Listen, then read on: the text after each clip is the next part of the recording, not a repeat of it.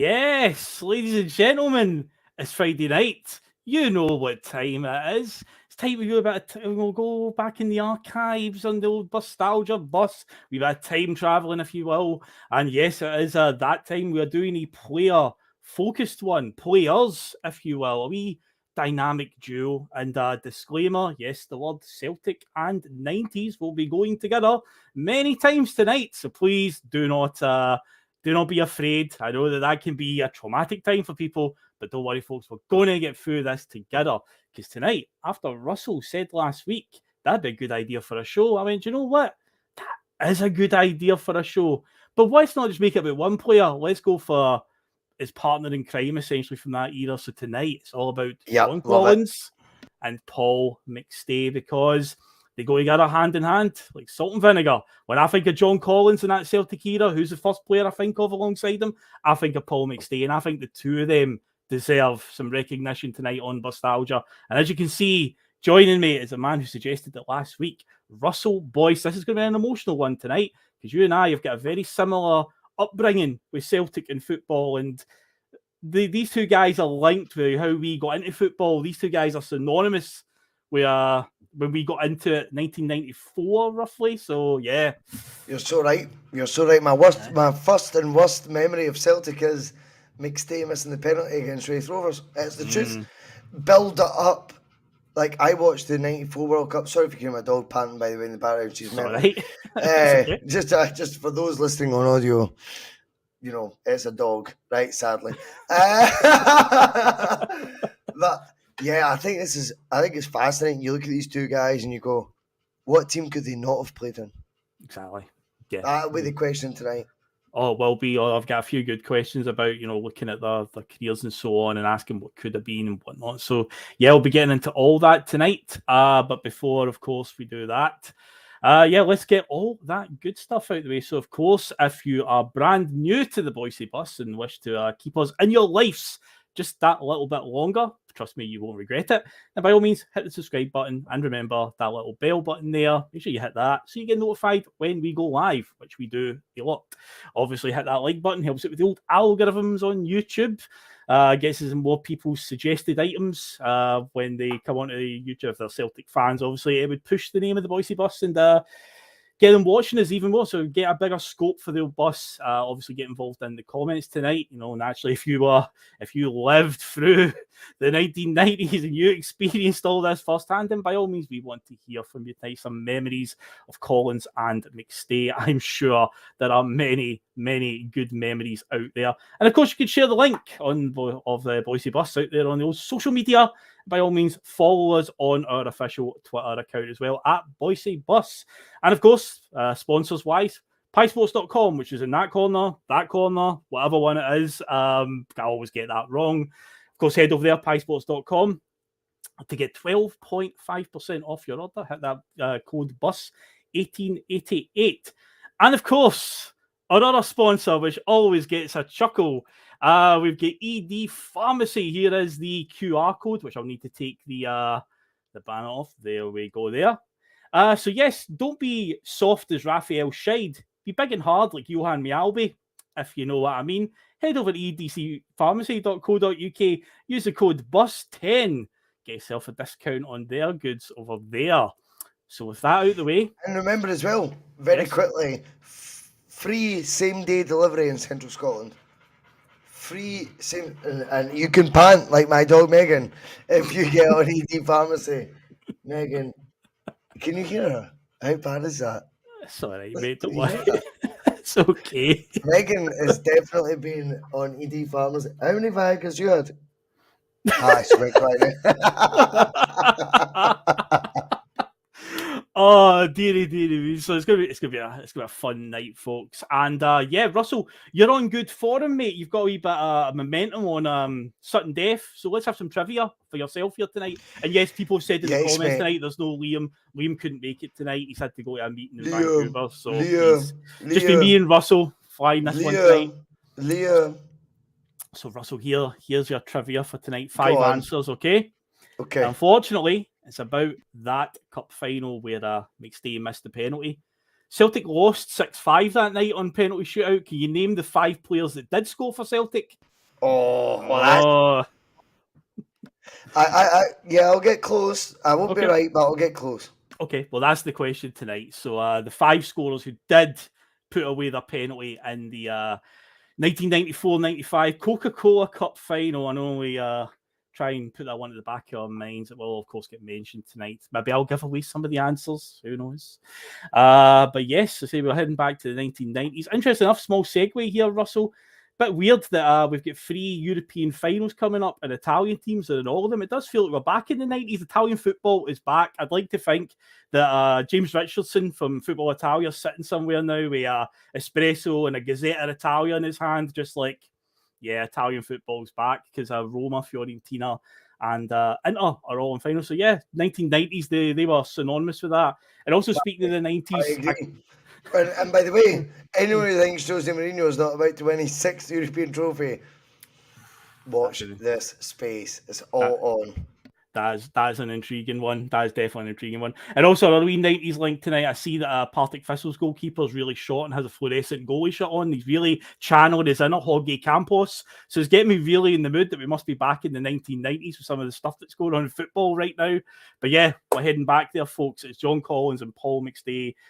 So I guess we'll start with the player that obviously joined Celtic first, McStay, because obviously he joined way before he came through the youth ranks at Celtic back in the 1980s. So we fact file about McStay when he made the Celtic debut.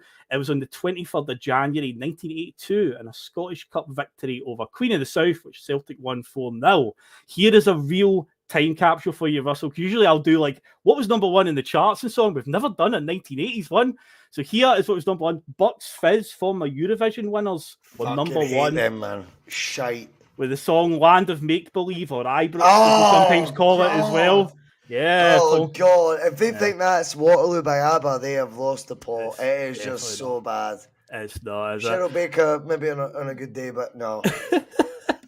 And the number 1 album was Human League with Dare, which has the song Don't You Want Me Baby on it, which everybody knows that one. But yeah, Human League was number 1 in the album chart. That nearly made the cut to be the intro music with Phil. Do you know, it was between Brian Cattigan and Human League. What a tune, man. Imagine if we just opened on that. Oh, mate, that'd be incredible. I'm a big fan of 1980s. Don't you want me, boys, say? Oh man, that would be classic. I'm a big advocate for 1980s music, being born in 1985. So yeah, but that's how long ago, 1982, when Paul McStay made his debut. He scored his first goal though the week later against Aberdeen in a 3-1 victory. He of course had his first Scottish international cap for the full team in 1983, having worked his way up all the different age levels. This is one that your father might have told you about back in the day, because my dad certainly mentioned this one to me. At schoolboy level, he had a very epic game where the Scottish schoolboys beat the English schoolboys 5-4 at Wembley in 1980. Paul McStay was the captain and he scored that day. 69,000 fans were in attendance for an under-15s international between Scotland and England. But did you ever hear the stories of that one? Because I've heard it many times. About yeah, absolutely. I mean, obviously not as famous as the 1990 Scotland against Saudi Arabia's over 40s team. Under 21s, sorry. Sorry, what facial hair in that team? I always get confused with the veterans Saudi Arabian team and the under 21s one. But no, I think it was an iconic team. I think you need to remember as well, in more recent times, we got to the Euros final. Was it under 21s or under 19s got to Euros final? Cy Ferry playing midfield. Yes, this rings a vague bell in my head. Yeah, they got to a final. I think it was the Euros. They got to the final, so a big deal. Sorry about the panting in the background. I swear to God, if it was a bird, you would know. Sadly, it's the dog. I'm sorry. Don't get excited, ladies and gentlemen. Rock and roll is not quite at home just yet on the Boys and Bus. We're trying still. We're getting there. By this game, I've heard many a story about the 5-4 one, but 69,000 fans going to watch an under 15s game between England and Scotland in 98 at Wembley Stadium. But incredible stuff. But yeah, McStay would go on to become an established international for the Scotland team throughout the 80s and the 90s. Also, in terms of like what he won in the 1980s before the grim times kicked in, he won 3 Scottish championships. He won the 1982 Premier League, Premier Division, whatever it's called, the 1986 and the 1988 one. Very, very surrounded. The two latter ones are very important in Celtic's history. Of course, 86 is the year that they pipped Hearts to the title, Albert Kidd Day, where they had to win by more than 3 goals at St Mirren, and Hearts had to lose.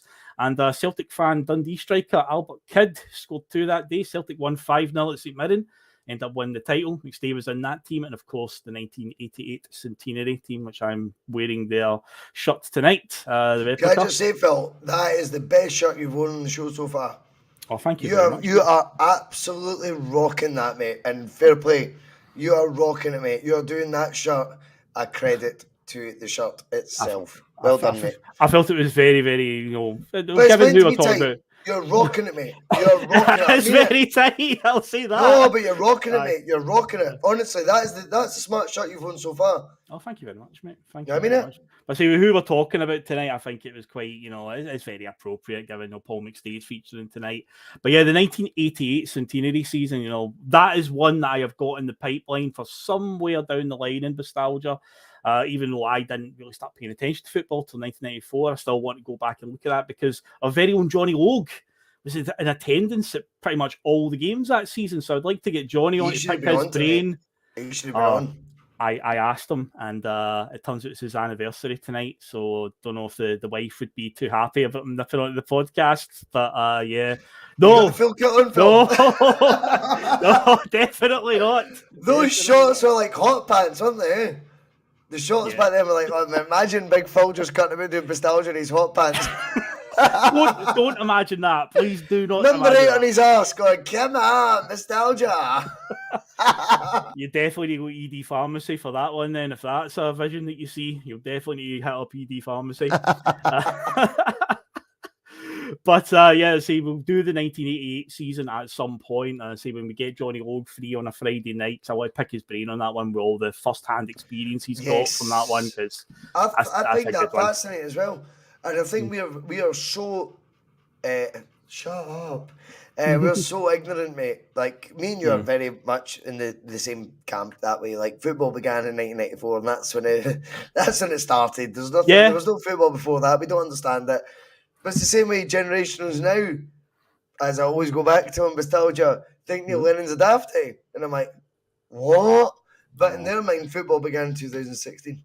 Yeah. And you've got to also bow to that as well and go, do you know what? We're guilty of the same thing. It's just a different generation.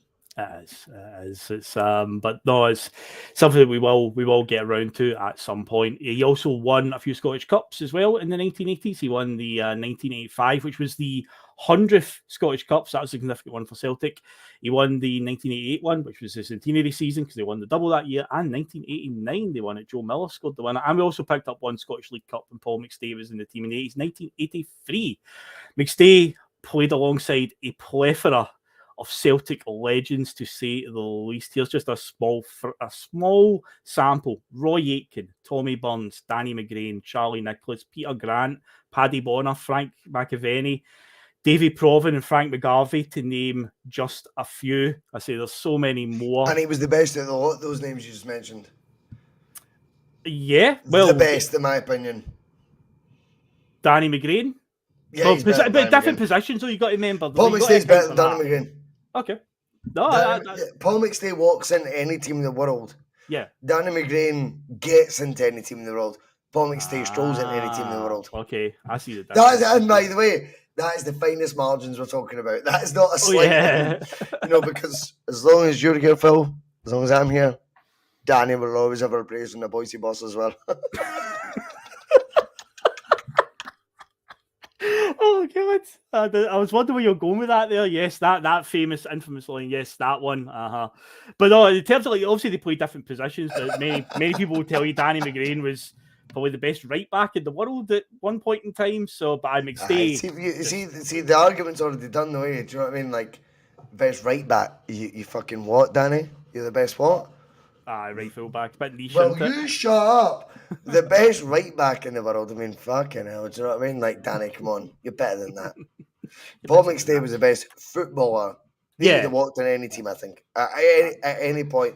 I see the tournaments you're talking about. It's so funny. You talk about 1983 titles and stuff. Do you know how old he was then? 18, mate. Aye, that I 18. because he broke in 82, so I teenager. Like 16, 17, 18. Aye, that Like, good. think about it. Like, Cal McGregor's bust through year at Celtic was under Ronnie Dyler, who's doing a lot of good things right now in management, which people won't be aware of. He's about to join Club Bruges from Standard Liège. Folk won't know that, but Ronnie Dyler's on fire the now. Yeah, I know. That's fair enough. You're bringing it up. I love that, Phil. See, self-deprecation is the best way of banter. It's a shame not enough folk can slag their own self off. They take themselves too seriously, sadly, these days. Yep. But when it comes to what was I saying? Aye, Callum McGregor, for example, his breakthrough was like 21, 22. Yeah, McStay had won 3 titles by then. So like, that's mental when you think about it. Yeah. And not token titles. He'd won those titles. He was a huge cog in the wheel at that time.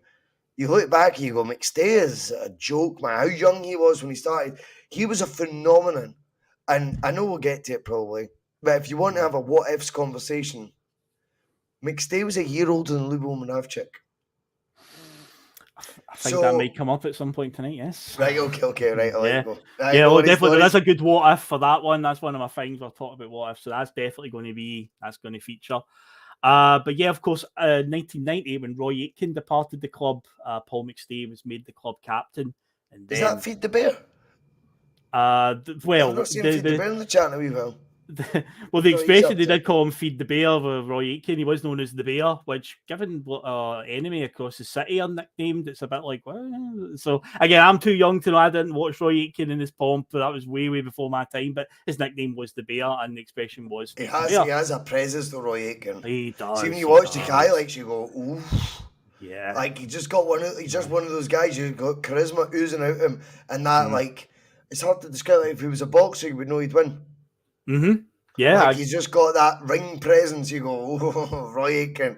And you're right. We and you are both guilty. We're going to be guilty of this a lot of the time tonight. But it's sometimes just seeing folk and going, I know I wasn't there at the time, but I'm pretty sure my assumptions are right. Yeah, Aitken was top boy. Yeah, definitely. And to see some of the clips you see of him, even though I think he was a mixture between like a defensive midfielder and a centre back, or the good old fashioned sweeper as well and stuff like that, because he seemed to play a few different positions. But there's one goal in particular that I've seen from the old archive footage where he just picks the ball up in his own half and just runs by about 4 or 5 Rangers players. His shot gets saved by the goalkeeper, comes right back out to him, and he doesn't even break his stride, sticks the ball in the net, and then proceeds to celebrate by continuing running. And I'm just like, he must have been absolutely cream crackered by the end of that one. Absolutely dead on his feet because he was running the full life of that park. But yeah, he was a classy player for a big guy. Again, it's that whole thing. Oh, he's a big guy. He must just be a clogger. No. He looked to be a very classy player, very much so. But again, just one of the many legends that played alongside Paul McStay during that era, say through the 80s on. But yeah, he takes over the captaincy.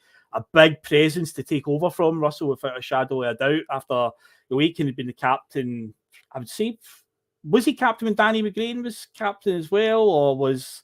Because I know there's pictures of Danny McGrain lifting trophies as captain, but yeah, Aitken obviously was right before McStay. But yeah, that's some big boots to fill as we're talking about there. But yeah, this is going to 1990. So yeah, the 90s are about to happen, and this is the area that we're going to be focusing on mainly tonight. Is the gun time. So.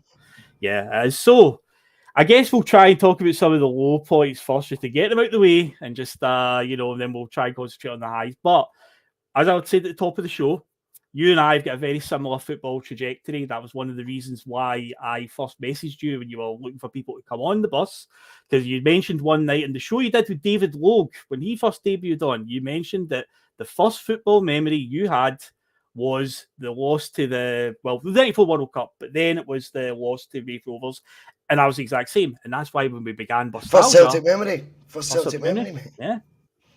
And of course the first Bustalgia we ever did was the 94 World Cup. Yes. So it's kind of a full circle here that we're now in the 94 again.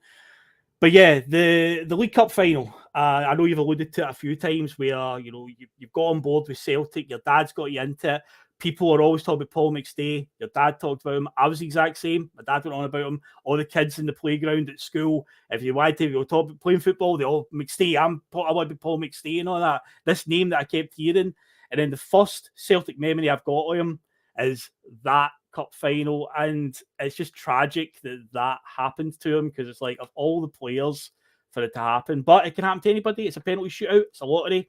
It's how it goes. But yeah, I can remember the memories. It was a sad indictment, wasn't it? Because it was like he was the best out of a really, really, I don't mean a bad bunch in a nasty way. Like he was an excellent footballer in the wrong era.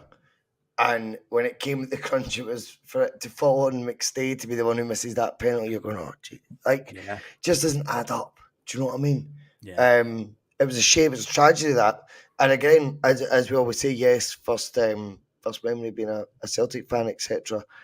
It was a tough one, because I knew it from Dad's point of view.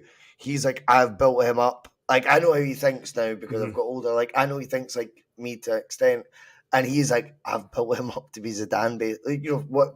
Not that he was thinking of Zidane at that time, but like the equivalent of a Zidane now. And he's like, best player in the world. Honestly, Russell, you've never seen anyone like him. Yeah, this is the best midfielder that's ever played for Celtic. And he misses that penalty, and you go, I'm not sure Celtic or McStay's for me, because I just get slagged at school all the time, right? So it's a disaster. But I think when you look back, I actually find it really refreshing watching back at McStay's moments. I just think, wow, we had a live one there. The best. We go back to the King of Kings, and we love Henrik. I think McStay is the only guy before Henrik and alongside Henrik that could have picked United, could have picked Juventus, could have picked Real Madrid, and could have played. I know that sounds talk is cheap, and maybe we're not completely in the know about it, but I'm surmising from the knowledge I've now built up, I think McStay was in that bracket where he could have done it at any club. And also, not just that, any club would have wanted him, which is very important. Yes. It's easy to say Moussa Dembele was brilliant for Celtic. He could have done it anywhere. Right? He could have, but would they want him? Whereas Henrik left Celtic when he was, 33, joined Barcelona, 32 and a half. He joined Barca, ends up winning the Champions League when he's 34 and a half, and then leaves, and then goes back to United at 35 and a half. And you look at McStay and you go, I think at times, yes, we know they could play the best teams, but would the best teams want to add them to their collection?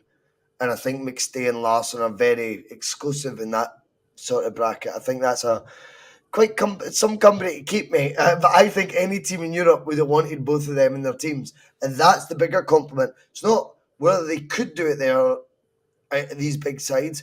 It's, do the big sides see an advantage for them to have you in them? Mm-hmm. And if you can answer that conundrum, then fucking hell, you're a player. Oh yeah, Fish had a lot of people coming in the comments and backing it up, just talking about how good McStay was. But yeah, this cup final, this night, I can vividly remember watching it on the TV with my dad. I believe our goals were scored by Charlie Nick and Andy Walker. I can't remember what order it is, but we scored a pretty late goal to go 2-1 up. First, like a rebound goes back out. Well, one or the other, Andy Walker or Charlie Nick scores. There's 5 minutes left on the clock. And you're like, brilliant, because this is just after the takeover. This is just after Fergus McCann in early 94's taking over.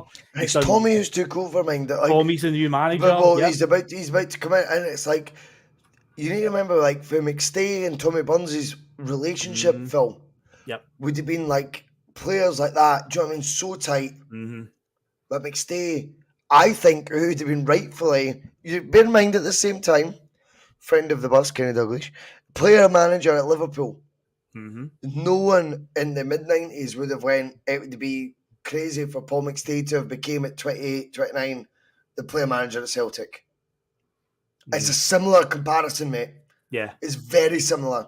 So for Tommy Burns to end up being the manager, you're going, wow, look at the respect between the two. And McStay and Burns, I mean, that photo in 95, fuck the losing it, fuck the missed penalty.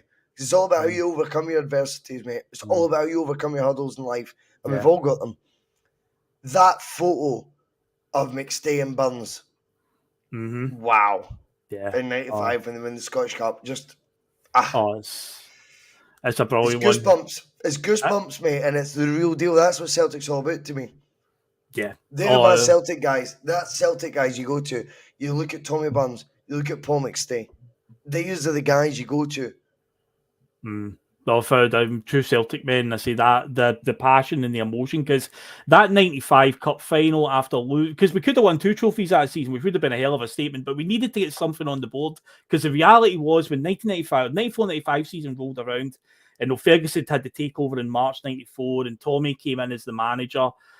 Celtic hadn't won a trophy at that point since 1989, so the entire time that McStay had been captain, he hadn't lifted a trophy yet as captain. So it was so vital when the 95 final, the Scottish Cup final against Airdrie rolled around, where after what happened to us against Rafe, it was like we can't have it happen to us twice in the same season.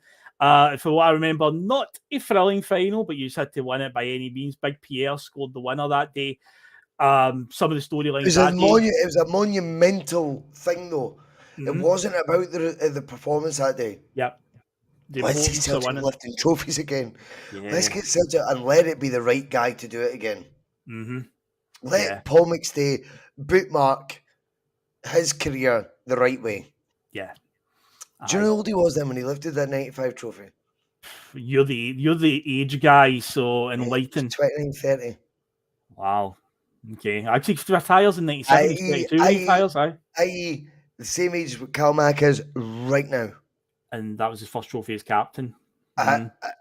You think about it and you go, look how much we want to lambast, we want to slate Celtic for one season not winning a trophy. Everyone's a criminal. Everyone. Lennon in particular is the prime candidate. Think about it then. Imagine social media was a tool. Would Paul McStay even get the show? He'd be written off by these wee pricks. That's the truth, Phil. Tell the truth. He'd be written off by half these wee smart asses. Shite. It's like, shut up, mate. It scares you to think about that, but it's probably an accurate assessment. I know I'm right. I know what I'm talking about, mate. There's no way a Celtic captain gets away with a whack of trophies that Paul McStay did. But again, and it's not because of hindsight, it's because we appreciate greatness. We know McStay. We know what he did. We know how good he was in the 90s. And I just think that's lacking nowadays. Like, there's no fallback. Everything's about instantaneous results, success. Now, trophies. Everyone needs to be signposted. And by the way, they'll turn the blind eye when it comes to Europe. But when it comes to domestic success, everyone's obsessed with it, Phil. They're obsessed. And it's like, well, signpost it. Well, tell me McStay was shite. Would he have got away in this day and age? 4 or 5 years. So knows. What was it? 1989 and then 1995. 6 years. 6 years without a trophy. McStay was in the midfield the whole time. Shite, eh? If you went on Twitter between 89 and 95, he's shite, mate. End of.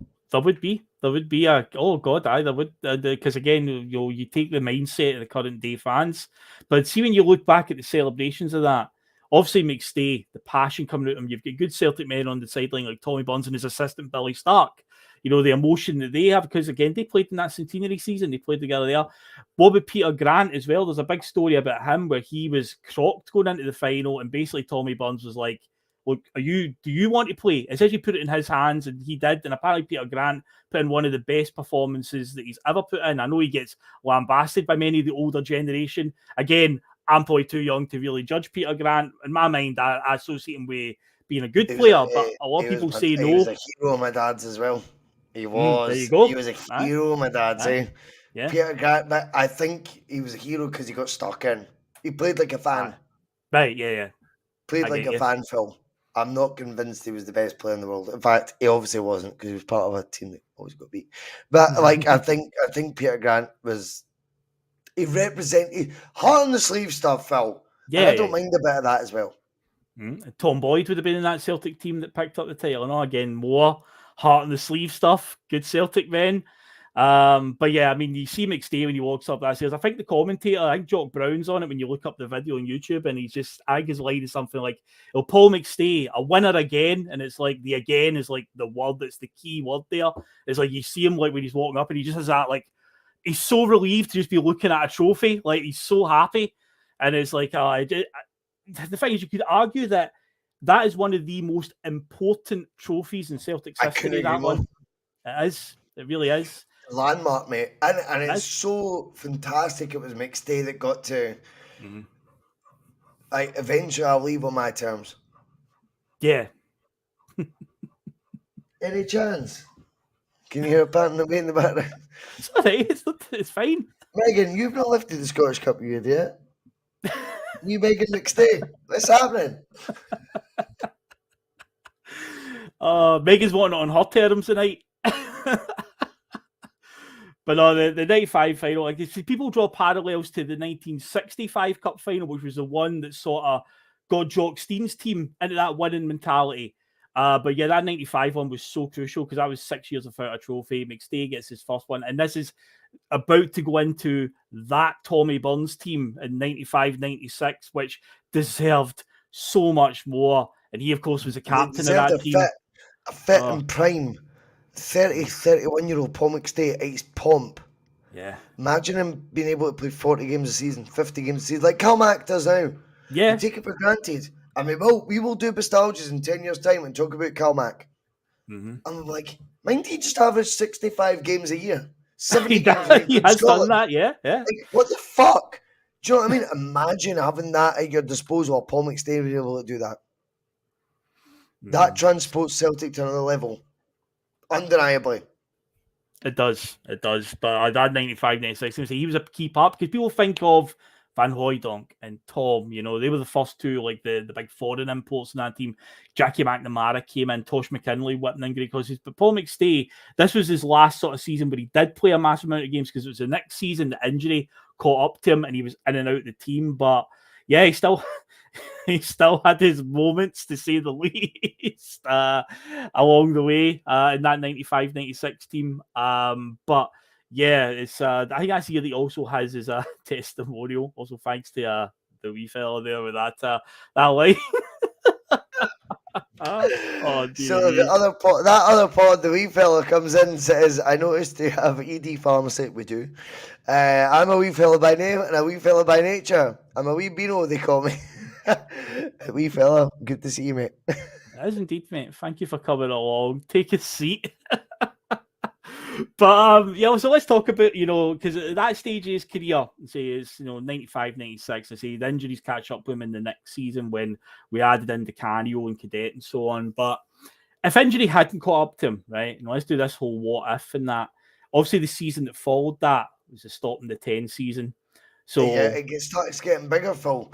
You start going McStay and Lambert. Fuck off. Aye. Fuck off. Do you know what I mean? What a midfield that is. A McStay at 32, 33, say those injuries didn't exist, with our Champions League winning Paul Lambert beside him. Okay, let's go another level. Lambert did it with Craig Bully beside him, for fuck's sake. Do you know what I mean? Like, let's get real. Yeah. Although, to be fair, Craig Bully did score like 16 goals that season. Oh, it was amazing. He was. I know. I get what you mean, though. He's just an unlikable prick. Right? Yeah, he's unlikable. Yeah. He is unlikable. You know what I mean? He's got more fake teeth than fucking Cheryl Cole. But anyway, the reality is, imagine McStay and Lambert. Oh, God. That's Lambert coming out at 28 years old, Champions League medal hanging round his neck to play with the best midfielder in Europe. Yeah. All right. You want to stop the 10?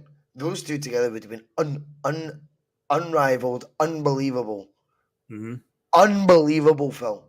Yeah. Oh, without a doubt. I mean, the record speaks for itself. It's incredible thought. But there's one that I want to, we'll revisit this one because you've mentioned this before. Again, when we've been doing a sort of what if and hypothesis and all that. But let's say he does play in the stop the 10 season, he still is able to do it, no injuries, and he stays on for a few more seasons. and he's there for the arrival of one Martin O'Neill. And you said, I think he'd be 36 at that point. 35 he'd have been when O'Neill joined. Do you think he gets another year under O'Neill? Well, Lubo got 2 years. Lubo got 2 years. So McStay at least gets one. And you know O'Neill, the one thing we know about O'Neill, he was not ageist. That's right. O'Neill did not care. If you're good enough, you play. And he didn't care about age. I think McStay plays in that O'Neill team. Imagine that, the 2001 team. Henrik up top, and it's McStay feeding those balls, mate. Oh, mate. ED Pharmacy, I'm not even getting the phone right now because I'm getting hard on even thinking about it. Honestly, imagine that though. A 35 McStay just going, give me the ball. My knee might be gone. Watch me play. And O'Neill would have had no hesitation if he was good enough. If he was still with it, you remember how young McStay was to retire? 32. Yep. That is so young, Phil. Ankle injury, I think it was 96-97 season. He was in and out the team intermittently. Yep. I caught up with him. 32, like no one retires. Nobody retires at 32. No, I think you've got to then get to the, and it is the what if, and then but it's probably to be an imagination station on Bustalgia. Yeah, of course. And I think McStay in that O'Neill team, that first year especially, where they need a wee bit of know-how, like we're about to do things that are big. I think McStay's O'Neill picks him every week. Every week he's fit, he picks him. O'Neill doesn't care about age. He just goes, "You good enough?" Well, look, you've said before, and this is a easy forgotten fact. Tom Boyd played in the 6-2 win against Rangers. Totally forgotten. Tommy Boyd, people forget that. I forgot that until you mentioned it. Yeah, we did that season, and you were like, Tom Boyd started that game. Because a lot of people always think Bobo Baldi was there from the very start. No, he wasn't. Alan Stubbs played for a season, and Tom Boyd played centre-back that day alongside Stubbs and who was the third centre-back that day? Valhaden it would have been, wouldn't it? It'd be used Valhaden. Yep, because you've seen him on Match of the Day. You seen Valhaden on Match of the Day being a pundit. That's right, with the Euro 2000. It was a Match of the Day pundit. He went, I'm signing him. Yeah, he's but I think McStay would stroll into his team. Stroll into it. I think O'Neill would go, love what I see off him. Let him play. Give him the ball. He'd be saying to Lambert, give him the ball. What? These are proper footballers, mate. Proper footballers. I think if he was fully fit, you could happy to be of service here, Monty. Happy to be of service, mate. He said he was at that game, and he didn't even know that Tom Boyd played that day. Tom Boyd played, mate. Tom Boyd played. I know. Mental. So that was it. O'Neill was never ageist. It's so important that though. And I think people get lost in all that stuff. You know, you look at someone's age and you think, that's it. You define them by their age. I don't think O'Neill had that in him. He defined people by how good they were. A 35-year-old fit Paul McStay honestly strolls into that O'Neill team. And that, I mean, would have been wow. Yeah. Like, it would have. Oh, it's goosebumps, mate. Well, here's a point that, I mean, this will apply for both Collins and McStay tonight. We'll we could talk about it, even though we're not going to John Collins yet, but they're both linked with this. I find it interesting when you go back and look at this era, like the sort of 1990 through to like 95, when Celtic were probably at their darkest, their worst, without a shadow of a doubt. And again, we talk about narratives, Russell. You've brought it up loads of times about how Celtic were finishing third and fourth and stuff like that, and nobody seemed to bat an eyelid in the media about these things. It was all how great Rangers were and the Walter Smith Rangers team. And you look through the results, and even when Celtic were at their worst, they were still capable of getting a result. And you look at some of the wins that they got over Rangers during that time, and McStay and Collins are obviously at the heart of many of those wins in terms of pulling the strings in the middle. Collins scores a hell of a lot of good goals against them. But of course, you look back to a few years ago when Rangers were getting bullied by us under Brendan and all that. Well, I mean, they had Rob Kiernan and Philip Senderos at the back. They seem to just dust it off like they were weak, and it's like, yeah, but we were still capable at our weakest of getting results against Rangers in the 1990s while we were just bodying them earlier on. So it's weird how narratives can change and how they just forget little facts and all that. And you've said it before, like there was a season we finished fourth, and that summer Rangers bought Paul Gascoigne and stuff like that. So it's it's mad when you look at the competition and how the media portrays it. Like, oh, Rangers were so amazing, and they don't really concentrate on the fact that it's like they're terrible. But then when we body Rangers a few years ago during the quadruple treble era, it's like, but I mean, they had Philip Senderos at the back and stuff. What were you expecting? It's like, come on, you can't have it both ways, guys. Come on. You're better than that, you know? That's the way it Yeah. is, Phil. You're right. And what I would always say as well is you can only beat what's in front of you. Aye. And whilst they dominated Scottish football in the 90s, the opposition they had in front of them was not enough. Mm-hmm. It wasn't enough. There's no Aye. getting away from that. But I think we're talking about, obviously, it's a focused hour on McStay.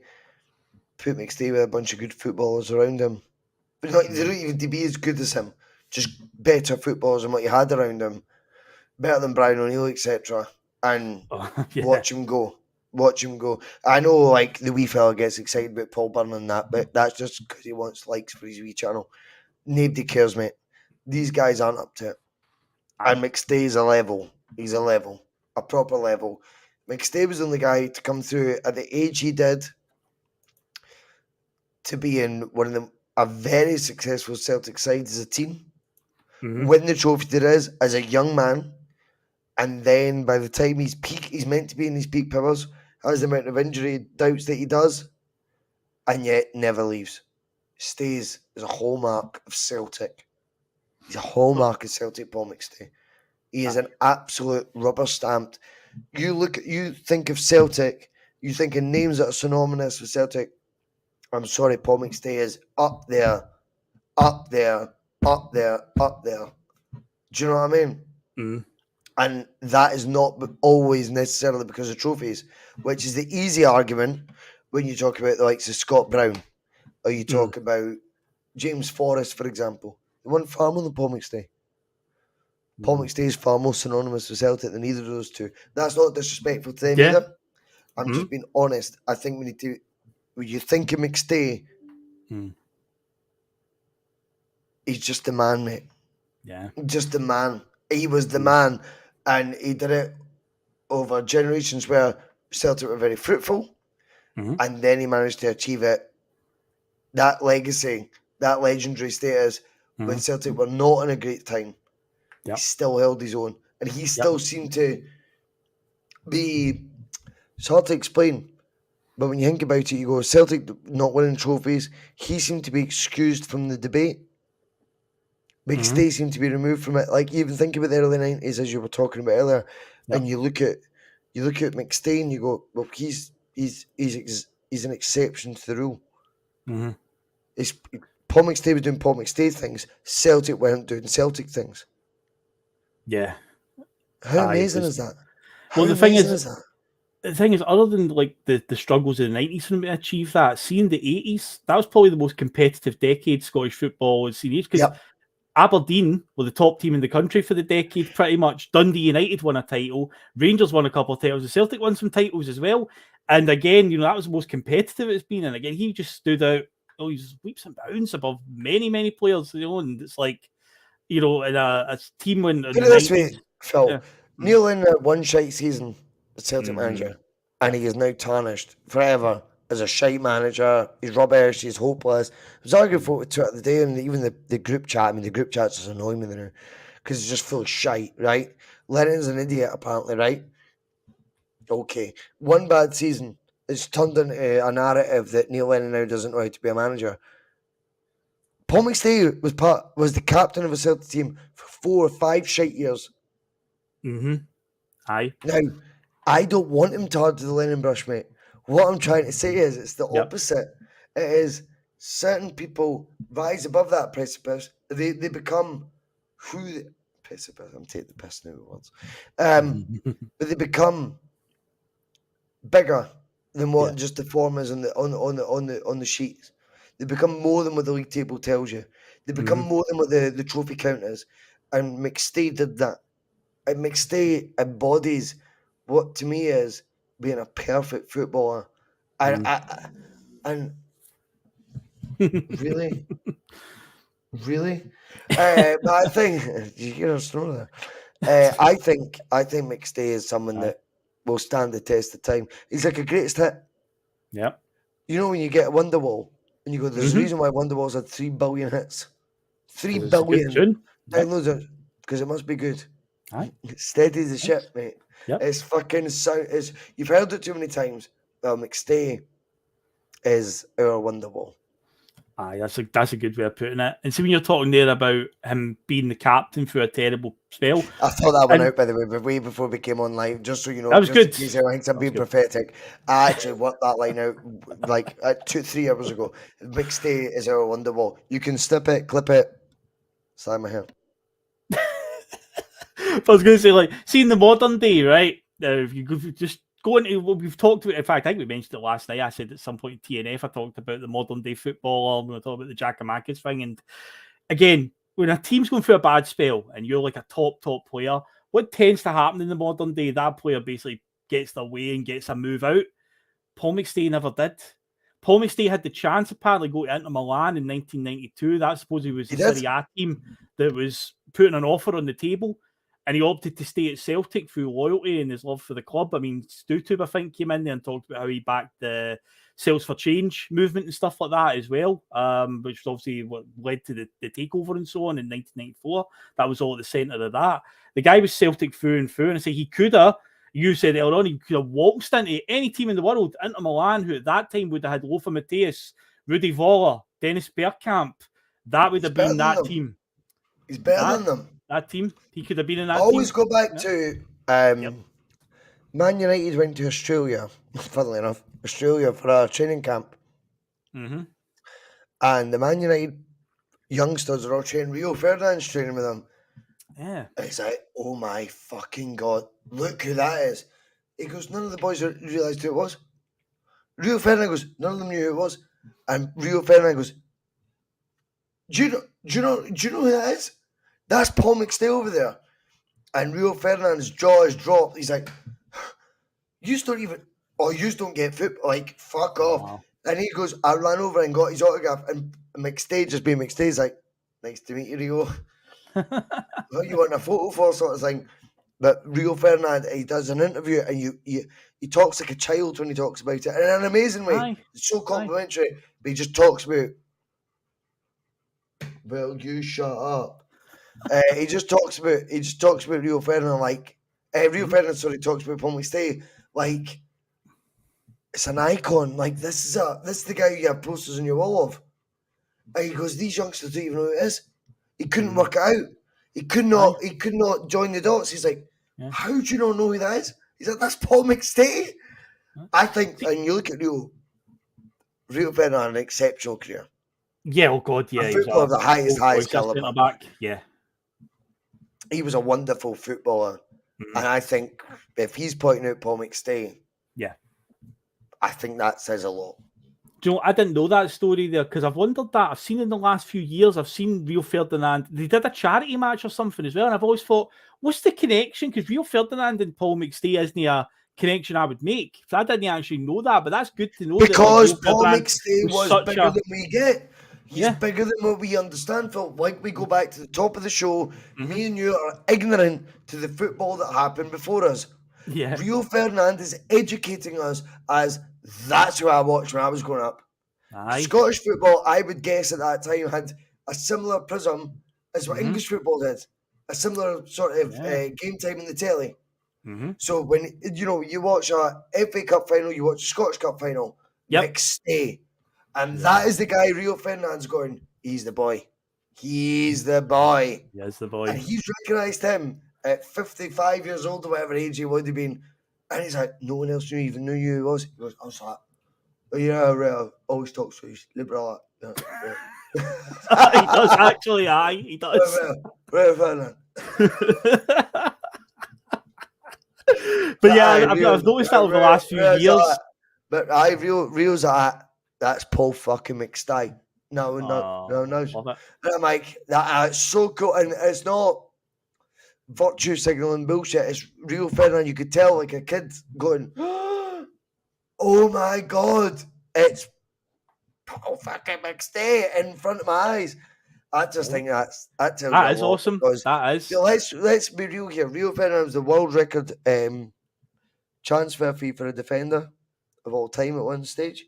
He was, yep. Leeds to I Man think he's United pretty 2002. qualified to talk about good football.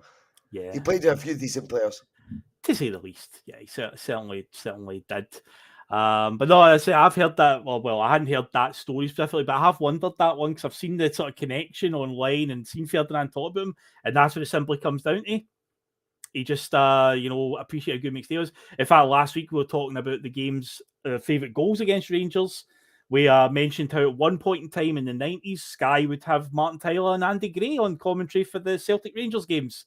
It was always like it was treated as a high priority. So these are probably the type of games that Ferdinand was watching, and that's what he would have been seeing, Paul McStay. One thing I wanted to bring up, though, regarding McStay is, because again, just how much a Celtic man he is, he was always good for a very passionate celebration. I used this picture before. I think me and Liam did the Scalpers 11, shall we say. We talked about McStay, and I said, "Oh, we've got a new member. Welcome aboard, Shay V. Murphy." Shay V. Murphy! Yes! Thank you so much, Shay. We really appreciate stuff like that. We really do. Thank you. Aye. Without a shadow of doubt, it's what keeps the bus moving, keeps the bus ticking along. But yeah, this picture, Russell, I think you've seen this before, but that there, for me, is one of the greatest pictures ever taken of a player in a Celtic shirt. Like that passion, that's so good. Yeah. That's from the centenary season. That is the game we beat them 2-1. It's at Ibrox. Yeah. That's the shirt. That's the centenary shirt, the one that I'm wearing just now. But, tattoo face. We thought we had a new number. So thanks, O'Shea. Yeah, thank you very much. But yeah, I mean that picture, as I say, it's that like boyhood dream. Mate. It's really iconic. As every Celtic fan grows up dreaming of scoring a goal in that fixture. That's the centenary season. We go to Ibrox in March of that year. He scores a brilliant volley with his left foot, which would maybe considered his weaker foot, I suppose, but takes it brilliantly, pings in off the post, and it's that celebration in front of we had the full Broomloan and a bit of the Govan stand, I believe it was, or the main stand. Luckily for them, there wasn't enough. Not enough. Yeah, so that picture is always up there as one of my greatness, mate. John Gregg's the greatest ever footballer. Remember that? It's bizarre, isn't it? I know. Think about it. Paul McStay doesn't even get in our top 3 footballers ever. Think how technically good Paul McStay is, right? We've just spoke about it. Think how good he is. And he doesn't make your... Like, Celtic fans love football. They love blood, thunder, staunchness. Just kicking people. That's it. Yep, that's it. No, that's how they like it. But no, that's that image for me. There's another one as well in the 3 each game. The one when Andy Tom and Van Hooijdonk scored. But there's one where I think it's when we get the third goal equalised and make it 3-3. Well, the players are celebrating when McStay runs off himself to the Broomloan, and it's just like that celebrating right in front of it. And it's just like help it. The passion. It's just like, he loves it. He fucking loves it. He knows as well. But I'm doing everything I can to bring you back. I'm going to bring you back. How cool is it as well, the way McStay just into the fucking dust? He's never chased the limelight, mate. That's right. Aye. How cool is that? I think we should talk about that. Well, I'll quickly show this because, again, we'll just talk about the picture. Yeah. I've just found it. I've just found the picture that I'm talking about, and it is this one here. Where Van Hooijdonk, because look where the fans are looking. They're looking to the left-hand side. You can see their glances, but he's just running off to them on his own, just celebrating, taking in the moment, because we've had that game was a war of attrition that day, that 3 draw. We've got the equaliser to make it 3-3, and just it's the passion that comes out. And again, it's that he gets it. I hate to tell him he gets it, but he of course he gets it. He grew up in it, and it means everything to him. And it's like, God, man, it's just like he's living the dream of every fan, and that just comes out in that emotion there. What a man! But how do you disappear for that, Phil? Because let's be real here, it must be an addiction. Isn't it? I think that adulation has got to be a bit of a drug. And that's not me. That's not me being a prick about the guys who do it, because I totally understand it. Like, well, I don't totally understand it. I wish I could, but that adulation must become something that's addictive. Aye, it does. See, just to turn it off and go, I'm going to disappear in the wilderness. You got to I almost respect think that. that makes Paul McStay cooler. Mm-hmm. He's cooler than the rest, mate. That is cool as fuck that he's done that. Stu coming in and says, "Stop me, Kai. These pictures evoke so much emotion." But that's the point. It's all about. I'll use an example, and I'm no way to compare the players, but you're talking about like the adulation for these players, how it is addictive and that. You look at some players, they retire, they go into coaching, become a manager, they go into like the media and so on. But then you see ones, or maybe they do something else, like they buy a pub and run a pub for the rest of their life or whatever. But then you look at guys like, say, like Paul Gascoigne, who just completely fell through because he lost that adulation. He didn't know how to cope without it. Paul McStay just switched it off like that. No problem. He never wanted it. He never wanted it. Yeah, He is the definition when Roy Keane talks about, it's his job. This is a brilliant reference to Stubbs's horse, by the way. I don't know, did you get that one? The DB Cooper of football? Go on. DB Cooper was like a criminal, which people debate if he's actually exists. Apparently, he robbed a plane in mid-flight and parachuted out, but nobody ever caught him. Bin Laden's laddie.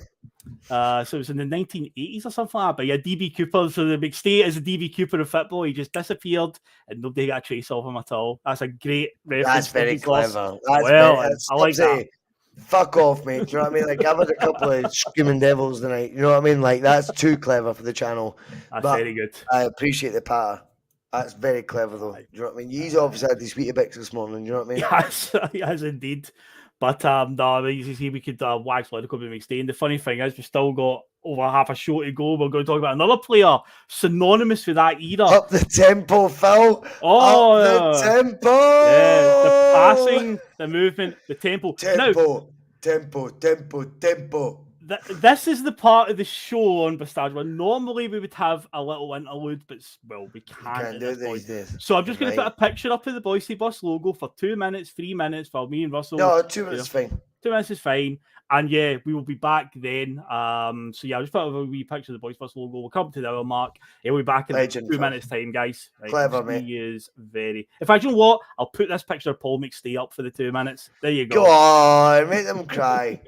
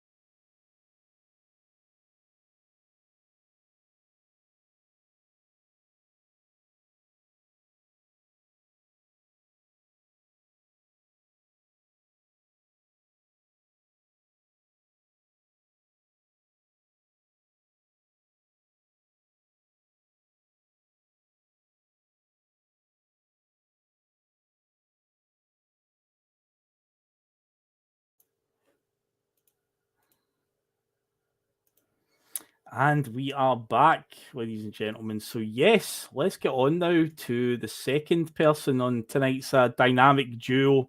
Because as I said at the top of the show, when it comes to for me personally, and again, it could just be my age because I always associate John Collins with Paul McStay, they just go hand in hand when I think about that era. Who's the first two Celtic players that come to mind? So when we're going to do a show about John Collins, I thought it's only right we include McStay and vice versa. So yeah, let's get on to John Collins, because he joined Celtic in 1990 from Hibernian. He was Celtic's first £1 million player signing as well. The first ever. And now we talk about £1 million players now.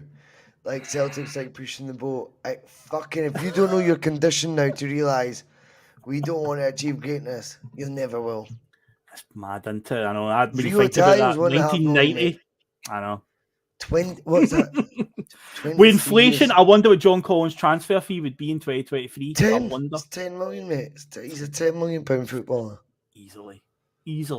Oh, you spotted something.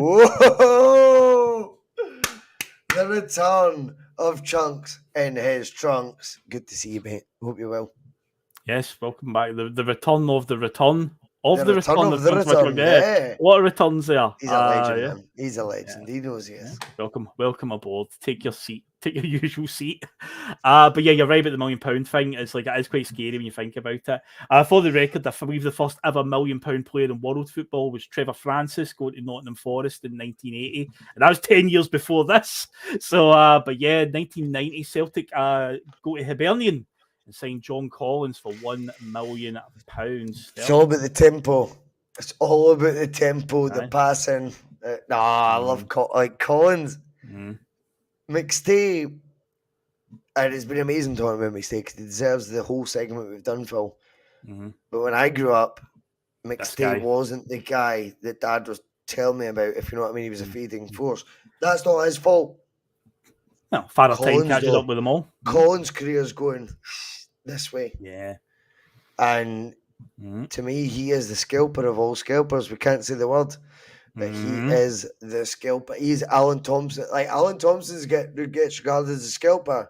Imagine Alan Thompson in a struggling Celtic team scoring that amount of goals. He wouldn't have. Collins did it in a struggling Celtic team. It's ridiculous the amount of goals Collins scores against them. Oh, he is the scalper, mate. He is a complete scalper. He loves scalping up. Yeah, it's but yeah, in the summer of 1990, he's already a Scotland international because we're just off the back of the 1990 World Cup, Italia 90, where Scotland were actually at that one of the few they've actually qualified for. They didn't have the best of tournaments. They infamously lost to Costa Rica, but John Collins was also in that squad along with Paul McStay, who was there at that World Cup as well. But yeah, Collins is a Scotland international at this stage. Let's look at midfields. Scott Brown, Callum McGregor. Unbelievable. Would you prefer McStay and Collins? And I think I go McStay Collins, mate. Is that nostalgia? If we had taking a precedence, I don't know. Is it a romantic thing? I'm thinking. I'm trying to balance the argument here. Okay. Well, Brown and McGregor have the trophies to back up their argument. That's fact. McStay Collins didn't have Scott Sinclair, the red hot James Forrest at the time, Moussa Dembele's of their era, Oscar Edwards in front of them. Oh, it's tough though, isn't it? Well, again, that's the debate for me. In a hypothetical situation, if we had a time machine, and go back to what you said at the top when we talked about Paul McStay, does Scott Brown walk into or waltz into any team in the world, even on his best day? Think about it. Does Paul McStay, on his best day, waltz into any team in the world? He waltzes in, though. He waltzes in, that's the thing. So I know. That would answer that one. Fuck, man. Two different types of players, different generations. But Calmack and Bruni brought us a hell of a lot of joy. They sure did. McStay and Collins didn't. That's right, I know. Rightly or wrongly, they didn't get the job done. But not all their fault, because look what was all around them. But okay, then flip it. And this is why I love Bustalgia, because you can just do these hypothetical things. Put McGregor and Bruni in the 90s team instead of McStay and Collins. Do they get you over the line more often? Do they have that inner thing? Do they go, see when you're going to get beat 1-0, we don't get beat. We don't lose that goal to Bo Anderson in the last minute. You know what I mean? We get you over the line. We just have a knack. We have a know-how. Is that the difference? Where McStay and Collins just brilliant footballers, but the knack lies with McGregor and Brown. I don't know, mate. I'm not like I am being completely unbalanced on Let's see if any of the chat. Alex Forsyth's come say Maestro and Collins for him. Which I get, and I get. I'm not against it, by the way. And Alex always trusted judgment. I think he's a fantastic person. Lanke saying Maestro, Collins, Lambo, Bruno, Kalmar. That's a hell of a midfield. You went for 5 there. That's a hell of a 5-man midfield. So obviously, what makes it better is they're all Scottish. That's true. Actually, Scottish talent as well. Lanke, I love that midfield. I mean, what a midfield that is, Lanke. There's no width in that midfield, though, to be fair. But we're going 2 for 2, Lanke. So I want your feedback on it. Yeah. If they come as a pair, and you have to make the call, you get Bruni and Kalmack, or you get Collins and McStay. That's it. That's the deal. Okay. Pick your tag team champions. Champions, yes. It's difficult that though. It's tough one. It's difficult that it's good one. Debate. It's good debate. It's tough because fantastic debate because it's never obviously it's irretrievable. Do you know what the best bit is? Bruni would sit it out and go, I can't do it anymore. Collins at 53, 55 years old right now would say he could still do it. That's all about folk call it arrogance. I call it class. I think it's class. Collins would never, ever, ever be outdone by anyone. That's his mindset. I think that's a champion mindset. Oh, the first shadow of doubt. But yeah, we will. I say when we look at John Collins going forward to what he goes on to achieve, because that's something as well as earlier on, like McStay was linked with a move away from Celtic, and some honest Celtic fans will say to you, they felt for the good of his career, he should have went to further his career because he could have been up there contesting for Ballon d'Ors and stuff like that. But obviously he stayed with Celtic, but John Collins did make the move, but we'll get to that in due course. But let's go back to 1990. John Collins signs. What was going on in the world? So when Collins made his debut on the 22nd of August, 1990, much like with McStay, it was a 4-0 win in a cup game. We beat United 4-0 in a League Cup game. Top of the singles chart. I couldn't believe it. Go on. It was the theme song from the Teenage Mutant Ninja Turtles movie at that time. So that tells you what the number one movie at the box office must have been. And top of the album chart was Elton John in 1990. There you go. That's where we were at that time when John Collins made his debut. Because I watched Collins' Best Bits tonight on YouTube, and it was I Am the Resurrection playing with. I was watching the same video. I watched it and I thought that's fucking fitting, man. Do you know what I mean? Like great, cool music with a cool footballer that was ahead of his time. Oh, for a shadow of doubt. And again, just looking at that video, and there's some goals that I'm going to talk about when we get to from that video alone. Unbelievable technique. And I'll say it now, if a guy like Messi or Ronaldo scores some of these goals, they're all over, they go viral right away, all over Twitter. Ronaldinho, oh my God. Outside of the boot. Yeah, outside the boot one against Aberdeen. But yeah, we'll definitely talk about that. Now, it might surprise you to know, though, Russell, that John Collins did not score his first Celtic goal till 4 months into his Celtic career. It was December 1990 in a 3-2 loss at McDiarmid Park. Wow, I couldn't believe that because, again, I associate John Collins with being a great goal-scoring midfielder. Took him 4 months to score his first goal for the club. And sadly, which was kind of indicative of the time for Celtic, we get beaten the game as well, which was quite typical. But yes, Johnston beat us on the day. But yeah, that was his first goal for the club.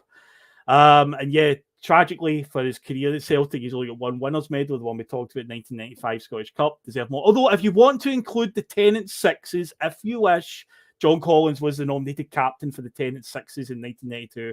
See, the next time I do the Celtic Park tour, I'm going to ask the tour guide, is this Tennant Sixes trophy anywhere? Yeah! I want to know if the Tennant Sixes trophy is somewhere within Celtic Park. I really do. Because just for the intrigue of it. Sixes. I think you're right, though. I mean, you look at that era, it sums it all up. He won 1 trophy. Really? It's mad, and people think he's a bitch for leaving. What are we talking about, Phil? How can you think that's like folk leave us now to a penny when we are winning domestically? We win everything, and we go Stepping Stone FC. Cheers for your input. in delivering the trophies. He was winning nothing. He had to go. And he was very close to getting a Champions League. Very close. That Monaco team, which we'll talk about it after. We will get that. So let's talk about just some of the high points, because again, that video we talked about the undoubted technique that he's got. So here's a question for you, right? When Collins broke through in the late 80s, early 90s, is he the last proper, like, in terms of his technique, like a world-class Scottish player? Because Tierney is a generational talent, but he's a left back. John McGuinness as well. John McGuinness, but I think... Oh, John McGuinness, But I think John Collins can do with an orange what John McGinn can do with a football. Like, I think the levels to the technique-wise, I think you're absolutely spot on, Phil. When it comes to technique, not just tempo, but I think when it comes to technique, I'm sorry, I think Collins is playing a different sport. Nice. I really do believe that. I think he is a generational footballer. Yeah. And we did the right thing. To me, that's how Celtic should act. You see the best player in the league, you sign them. You don't let them go to Italy.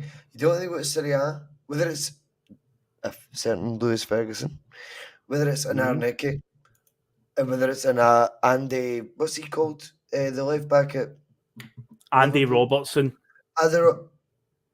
You keep these guys or you buy these guys. That's what you do when you're Celtic. You buy the best. And if that means you sell them on eventually, sound. For them to go on to achieve greatness, cool. John Collins is the definition of the best of the best of the best in our league, and we took advantage of that. We signed him, we paid £1 million, and it was a fantastic £1 million. Oh, without a shadow of a doubt. Earlier on, I talked about in the 90s, even though, Celtic were at a pretty grim time, there was always those wee victories over Rangers scattered around, and John Collins is a massive reason for that, for some of the goals. Now, obviously, you will watch the same video as me. There was a free kick that popped up in it that's not the one that you're thinking about. What did you think of the wee sort of secret move that they did, the one at Celtic Park, where they're standing over it?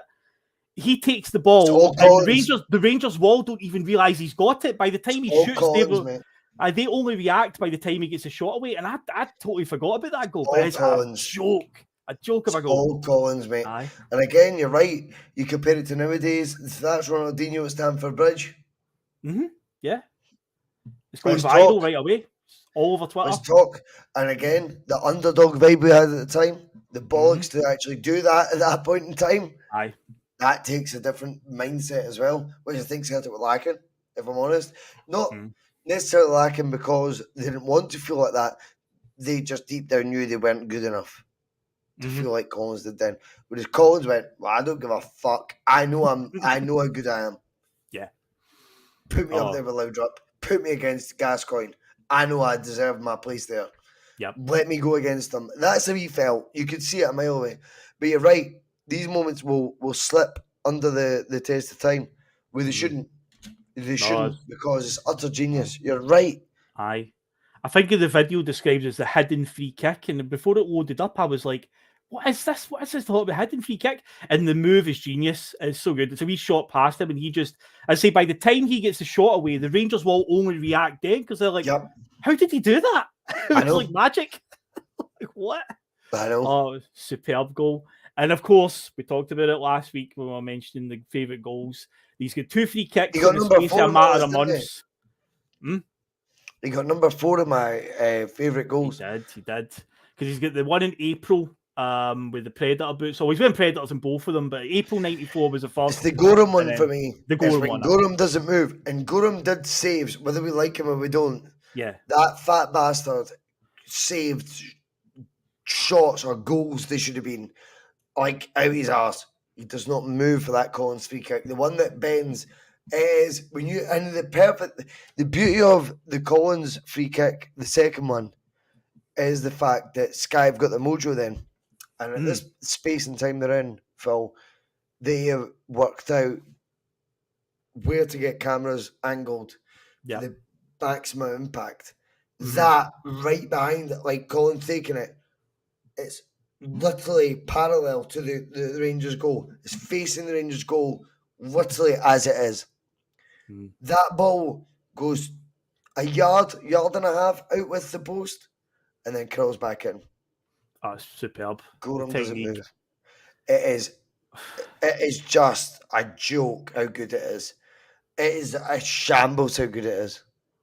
Oh, I'd say we've got Andy Goram's in goal, and we know how much a hindrance he was to us, and he doesn't even react to it. He can't move because no one can react to that film. Aye. Watch it. You watch those replays, you go, fuck watching the usual camera version of it. For whatever reason, Sky have got the mojo together at the time, and are back in Scottish football. They have got the perfect angle. They are right facing that goal, and the way that ball deviates, it is unbelievable. And it's in Mordor. I know. They say twice, April 94 and August 94, 2 free kicks down at the Copeland Road end, months apart, bends into the same corner, and it's just like, the skill, the technique, it's just unbelievable. Absolutely unbelievable. And see the angle of it you get when you see it.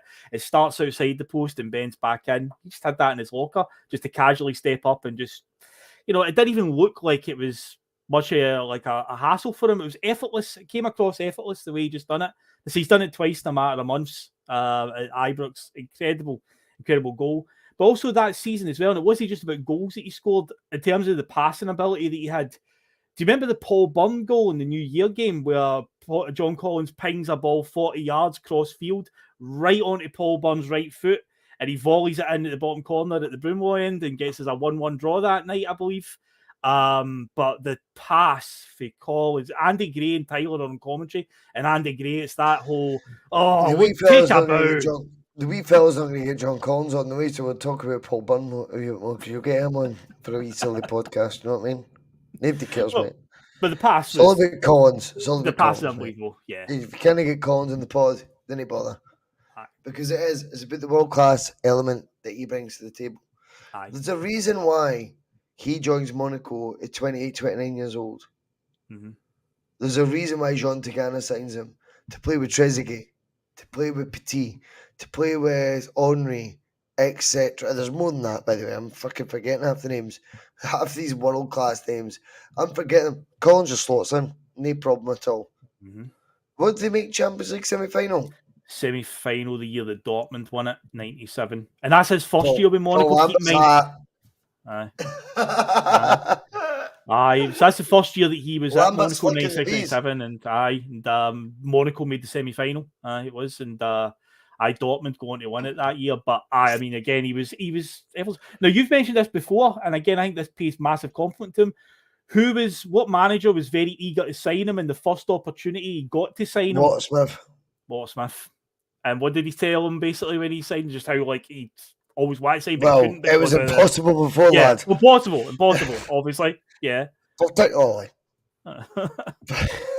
That's a good impression, actually, to be fair. That actually was quite good. I know, particularly. It was impossible. John. But I think it speaks volumes. And do you know what's also awesome? He leaves Everton for Fulham, who are now managed by Jean Tigana, his teammate at Monaco. Yeah. So remember, it's Louis Saha coming through at Monaco. At Fulham. It's Louis Saha. John Collins then goes on after 2 years at Everton under Walter Smith and going, this hammer throwing stuff's not for me. Duncan Ferguson's up front. That ain't gonna work. That's not the tempo I'm looking for. He joins Fulham at 33, 34. And in what's called the Championship, it was Division 1, he wins Player of the Year. He gets a trophy for it. The best player in that 24-team division by a mile. Who's the manager? Jean Tigana. Jean Tigana was his teammate at Monaco. So at this point, he's feeding Louis Saha the goals.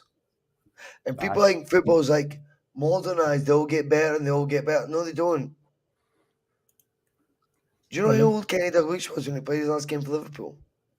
Oh, I'm going to say 36. Try 39. 39, okay. I'm a bit off there with that one. Aye. 39, mate. And he'd won 3 titles as a player manager. How long you been player manager at that point?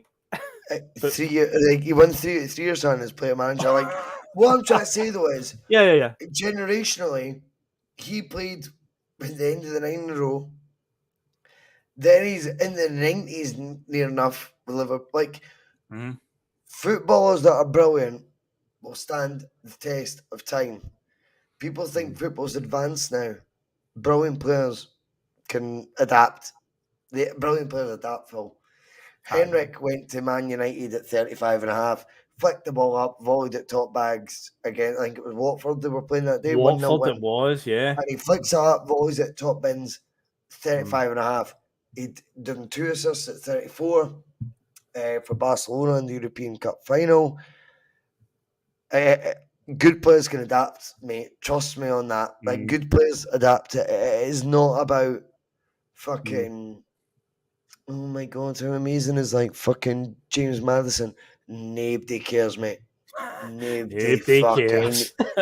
Nobody cares. Like, nobody cares. Paolo Maldini put myth to it all. How many generations do you want him to play? You look at Maldini and you go, he's like, you want me to do another generation? You want me to on 50? So I'm actually doing them a favour by retiring because it's getting embarrassing now. Do you know what I mean? Fucking idiots, mate. Everyone's a fucking idiot. To answer you, Alistair Jack, as well, yes, he did play with Thierry Henry at Monaco. Yes, he did. Yes. Was Ludovic Julie in that team, or was he too young at that point? Oh, he'd have been too young. Too young. Okay. Oh, no, he didn't have the tempo either. Didn't have the tempo. The passing the tempo. But Collins and that, what Collins says, he goes to France and he goes, this is the difference. This is where you become a freak. In a good way. But if you want to become an athlete, Phil, this is how you do it. Yes. You go to France, you start drinking olive oil instead of tap water, you just become a fucking athlete. And he's like, you do not get that in Scotland. It is different over there. Yeah. Oh, very. And then try and tell Kevin Thompson, who's a really nice guy, he's sound as anything, Phil. He's really scary, you know, Kevin, KT Academy, and he's really sound. Shut up, Kevin Thompson. You didn't like John Collins because firstly he's better than you, clearly at 5s. Clearly John Collins is better than you at football.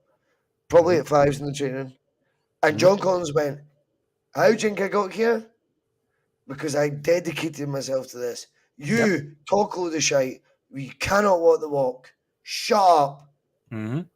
Let's go to chairman because I'm a really nice guy and I just like going to chairmans and like complaining about people as really good people do, Phil. And I just go to chairmans and just tell them he's a really nasty manager. Shut up, Kevin. John Collins is trying to help you in life. He is trying to educate idiots like you, Gary O'Connor, Derek Ryder, etc. on yous are brilliant. Won a trophy with them. Hibs don't win many trophies. He won a trophy. John Mowbray didn't win that trophy. No.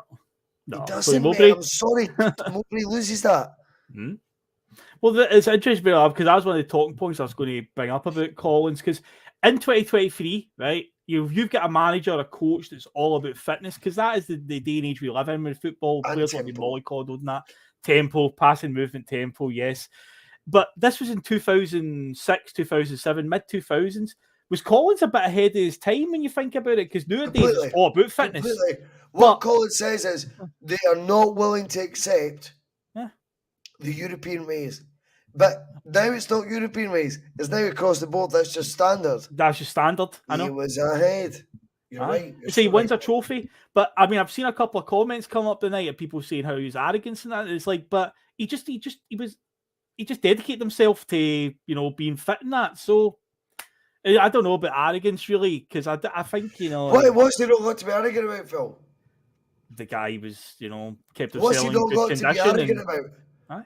What's wrong with being like? See if you can back it up. Sound. Aye. So he wins a trophy with Hibs, who don't win many trophies. So fair play to him. Collins at 40 walks into their team. I mean, they all know it and they can't handle it. Collins is your best player. Well, aye. I mean, they're not pricks, mate. They just don't want the truth. Now, and again, to deviate a wee bit, I think Dyla, accused of a lot of naughtiness, Phil. Really, he was trying to inspire the best for the best. And I think that the approach he took served Kieran Tierney very well, Callum McGregor very well, James Forrest very well. And it was and Scott Brown got on board with Brendan, but he didn't like it. Chris Commons got left behind, Gary Hoopers, etc. Dyler was on a train of thought with an assistant manager called John Collins, remember? Yeah, he was. That I think was very in parallel and I don't think is far removed from how you get the best out of athletes.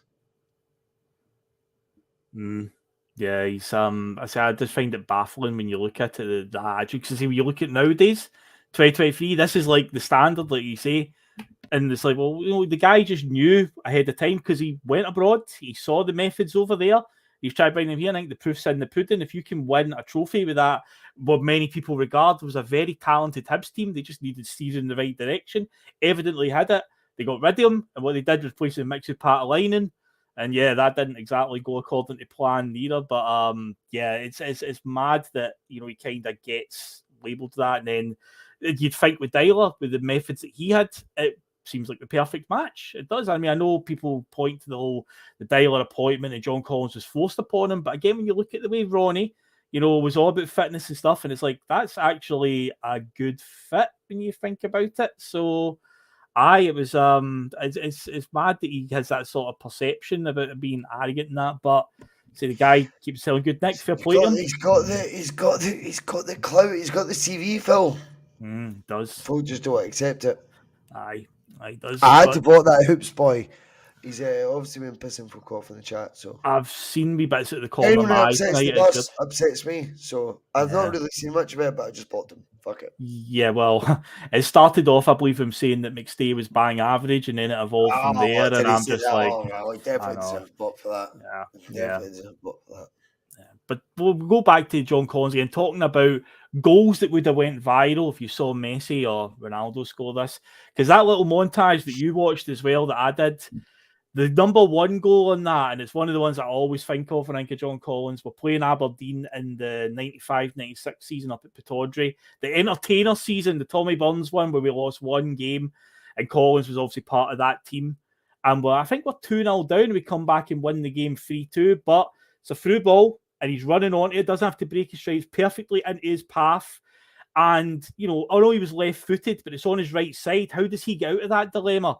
Outside the area, maybe about 20 yards for goal. Outside, like with a defender on the side, the ball's on, just pings it, and it goes like an arrow right by Theo Schneider's into the top corner. And again, it's like, if you see Messi or Ronaldo or Mbappe, any of these players do that, it's going to go viral on TikTok, on Twitter right away. This is why I love Collins, mate. This is why I love Collins. I remember he scored, and again, it'll be one of your favourite football memories growing up, Phil, the same as me. We played Brazil, opening game, France 98. Oh, yes.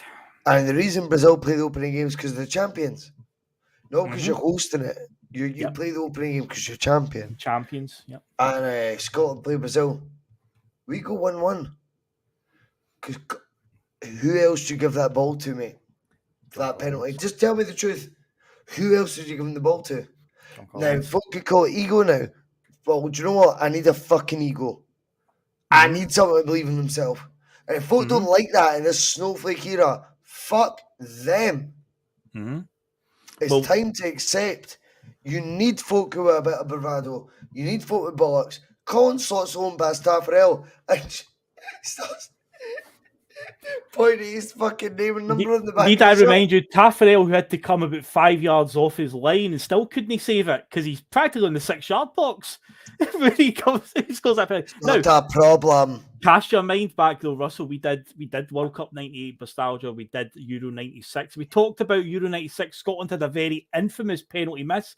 And when we discussed that, you said, see if John Collins took that penalty at Wembley instead of McAllister, who for whatever reason I stand by bottled it. John Collins would have scored. Because McAllister was always known for the ego to back it up, mate. Yeah. I know it sounds shite, but sometimes you just need to accept, okay, egos offend people for some reason. I don't get it, personally. I've got no problem with someone having an ego if they can back it up. It's the honest truth. I know, as the Joker said in Batman, you look at McAllister and you go, I know a squealer when I say squealer, Mm.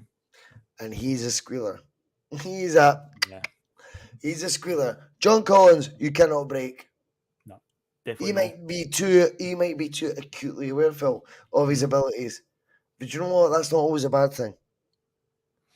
no. Of It's not course always a not. bad thing. He's got Someone with a bollocks, mate. he's got the courage of Someone his with a fucking convictions, mate. Oh yes. He has. He And has. you watch Collins slot home against Brazil. Fucking Brazil, mate. I know. Talk about Yeah. Brazil. Aye, the world champions, the best Our team at the 9 time. is up front. The best centre forward of all time. There's an is up image in front. that game where Colin Hendry gets turned left, right, all over the place with R9 running at him. He's absolutely all over the shop. But yeah, that game. But again, the Euro 96 one, we talked about at the time, like McAllister Paul was Miller, always... look. See, Paul Miller's nailing it. Loved Collins, but if he was a bar of chocolate, he'd eat himself. I know. I agree with you, Paul. And you know what? I think John Collins has earned the right to eat himself. I think he is the bar of chocolate. I don't see any problem with that, mate. Back it up, John. No worries. Brazil, Stevie Kenny were an interesting debate. So the goal I talked about with the outside of the left foot versus Di Canio's a year later when he lifted it over the goalkeeper and put it in. That's Di Canio's virtue signaling bullshit. All about Di Canio. Di Canio pointed the name, but there's no name on the back. Collins, I know. The number 7's look great, mate. Aye. Henrik's like, keep that one for me, son. These are both are very, very good goals. Henrik's sitting in finals going, keep that number 7 one for me, young man. Thank you. Good lad. Yeah. Nah, John Collins could back it up. He was the real deal. End of. That goal at Picaudry is just absurd with the outside of the left foot. And again, he's got a defender on that side as well. So to have that sort of that quick thinking to do that. He's world class, mate. He's a world class footballer. He was, without a shadow of a doubt, man. And again, if you want to play hypotheticals, O'Neill takes over in 2000. John Collins turns 32 in the January of 2000. So he'll be 32 and a half when O'Neill takes over. That's all right. That's all right for O'Neill. That's no problem. It's not interesting. O'Neill is just he strolls into that team, mate. He strolls into it. I think and I don't blame Collins for leaving. I'm a very big believer. I think the achievements he went on to do showed how good a player he was. However, in a romantic way, Collins and O'Neill's first season, wow. Yeah, that would be interesting to see that one. If McNamara's coming on off the bench instead of Lubo, is Lubo even it'd just be crazy. It'd be crazy. It would. Like, is Lennon even signed? And a lot I know. I know that. Like Neil Lennon is. But Collins, Lambert, you got 32 Collins. It's no problem. It's no problem at all. He slots into that team, mate. That Chilwell one inside, he slots into it, mate. It's no problem. In fact, it's now I've got what I wanted. Watch me go. Paul Lambert ends up being the sort of provider. He's doing the sideways balls going, what's happening here? Just give me the ball, son. Watch this. Boof. No. Collins in that team would have been sensational. Sensational. I'll have to check it. Would have been, though. There's a midfield four. I could have played together if McStay and Collins McStay and Collins had stayed. What stay in that sentence there? But yeah, like Collins, Lambert, McStay, and Lubo together as a four in the midfield. It would have been the oldest midfield in Europe. It would be very old, but good. The most creative and the most wonderful to watch because these guys can play football. Oh, without a shadow of a doubt. There's no getting away from it, mate. There's no getting away. Jean Tigana does not then re-sign you, having been a teammate for Fulham. Yeah. Signing you for the Walter Smith's Everton team. Why did Walter Smith sign you? Because you're the one guy he watched in the 90s whilst pumping you, going, he is the best. Yep. There's so many compliments left, right, and centre, mate. It's unreal. It is. Collins waltzes into those teams that we were talking about earlier, like McStay. Waltzes in, mate. He walks, he's in. And nobody cares, mate. I don't give a fuck. John Collins and Paul McStay is the midfield. I've done it. Made my mind up. Aye. No, They that's win. the aye. It's Collins and McStay before McGregor and Bray. Well, the other talking point again regarding Collins is around about the time, we're talking about those great goals he's scoring at Pittodrie and that, it's mid-90s.